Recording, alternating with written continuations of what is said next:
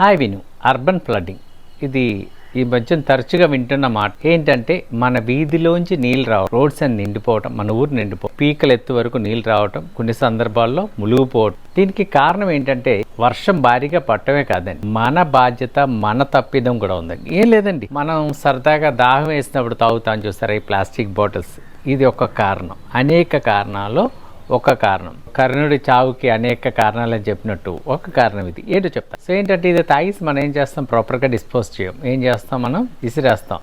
విసిరేస్తే ఏమవుతుందంటే ఇది ఏంటంటే డ్రైన్స్లోకి వెళ్ళిపోతుంది. చిన్న బాటిల్స్ డ్రైన్లోకి వెళ్ళినట్లయితే ఏంటంటే మున్సిపల్ వారికి ఈ బాటిల్ ఫిష్ చేసి పట్టుకోవడం కుదరదు. ఎందుకంటే వాళ్ళు డ్రైన్స్ మధ్యలో అంటే మెష్లు పెడతారు. ఎక్కువ బాటిల్స్ వచ్చినప్పుడు అక్కడికి స్టాప్ చేసి వాళ్ళు దాన్ని బయట తీసేస్తూ ఉంటారు, బ్లాక్ అవ్వకుండా.